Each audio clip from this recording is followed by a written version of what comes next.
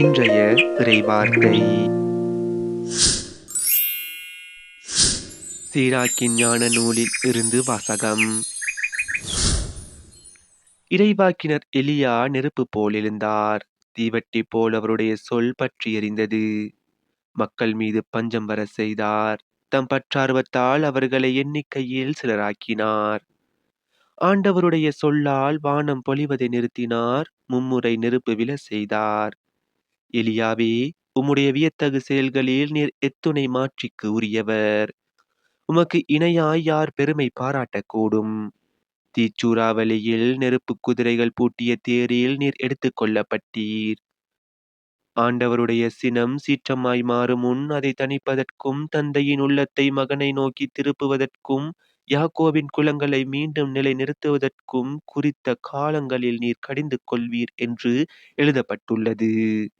உம்மை கண்டவர்களும் உமது அன்பில் துயில் கொண்டவர்களும் பேறு பெற்றோர். நாமும் வாழ்வது உறுதி. இது ஆண்டவர் வழங்கும் அருள்வாக்கு. இறைவா, உமக்கு நன்றி. இன்றைய தினத்துக்கு உரிய நற்செய்தி வாசகம். மத்தேயு எழுதிய தூய நற்செய்தியில் இருந்து. இயேசுவும் சீடர்களும் மலையிலிருந்து இறங்கி வந்த போது சீடர்கள் அவரிடம், எலியா தான் முதலில் வரவேண்டும் என்று மறைநூல் அறிஞர்கள் கூறுகிறார்களே, அது எப்படி என்று கேட்டார்கள்.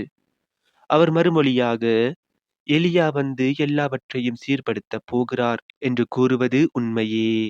ஆனால் நான் உங்களுக்கு சொல்கிறேன், எலியா ஏற்கனவே வந்துவிட்டார். அவரை மக்கள் கண்டுணரவில்லை. மாறாக தாங்கள் விரும்பியவாறெல்லாம் அவருக்கு செய்தார்கள்.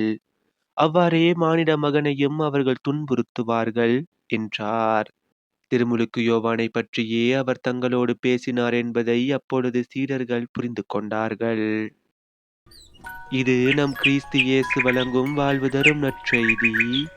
கிறிஸ்துவே, உமக்கு புகழ். இன்றைய தினத்துக்கு உரிய சிந்தனை துளிகள். அறியாமையில் வாழ்வது மிகவும் கொடியது. முதல் வாசகத்தில் எலியாவின் மாட்சியை பார்க்கின்றோம். எலியாவின் மாட்சி, சொல் நெருப்பு போல் பற்றி எரிந்தது. அதை எலியாவை பற்றி இன்றைய நற்செய்தியில் சீடர்கள் இயேசுவிடம் கேள்வி கேட்கிறார்கள்.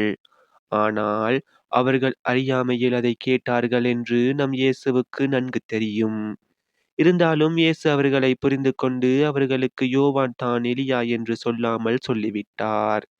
நம் வாழ்வில் எத்தனையோ முறை சீடர்களைப் போல நாமும் அறியாமையால் பல தவறுகள் செய்கிறோம், பாவம் செய்கிறோம், கேள்வி கேட்கிறோம்.